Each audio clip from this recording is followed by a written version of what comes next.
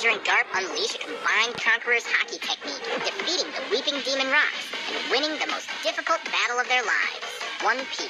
Chapter 1165 full-page intel has been updated. Come and take a look. Garp asked Roger, "Can you also hear Rock's voice?" Roger raised his blade to fight. From his words, attitude, and expression, it was obvious that something was very wrong with Rocks. While he was confronting Rocks head-on, Garp rushed forward and struck Rocks right in the face. When the two heroes joined forces, they were strong enough to defeat any enemy. The Demon Rocks only took one step back, then directly used his overwhelming Conqueror's Haki to blast the two of them away.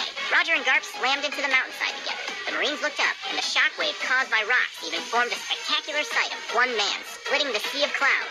That all-crushing aura of terror stirred every fighter present. In the chaos, Silver Axe ordered his subordinates to retreat, while Shiki declared, "The Rocks pirates end here." At that moment, both the Roger pirates and the Marines made contact with Roger and Garp. When the two stood back up, they were already injured, but they promised, "We will return," in the face of the overwhelmingly powerful Demon Rocks. The two lifelong rivals had reached a point where only by joining forces did they have even the slightest chance of victory. When Rocks attacked Garp, Roger slashed from behind. When Rocks was hit by the slash, Garp grabbed the demon's leg and smashed him hard into the mountain. Immediately after, Roger pressed the attack without pause.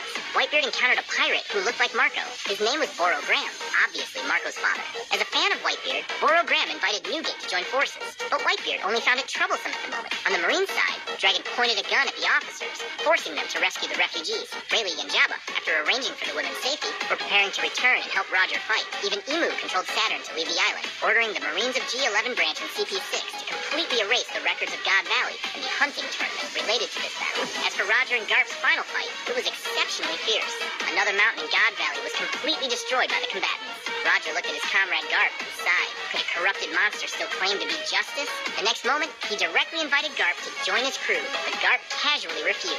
He still had Marines to protect. The problem now was that both of their attacks carried Conqueror's Haki, yet they could not injure Rocks, because Rocks' Conqueror's Haki was far stronger than theirs. The only solution was the plan Roger proposed. The two would concentrate their Conqueror's Haki into a single strike and clash head-on with Rocks at full power. It was an attack that would stake both their lives. Garp agreed without hesitation. Roger raised his blade. "Fire no Kagetsuchi Heshi," cut the path ahead. Garp threw his punch. Infinite fistbone shattered the heavens. Just like that, the Demon Rocks, who had been weeping throughout the battle, was tragically defeated. His figure vanished within the storm of Conqueror's Haki, yet the crew he once led became the very source of chaos for that era. His rise was magnificent, and the reverberations of his fall shook the entire world. That concludes all the intel for this chapter.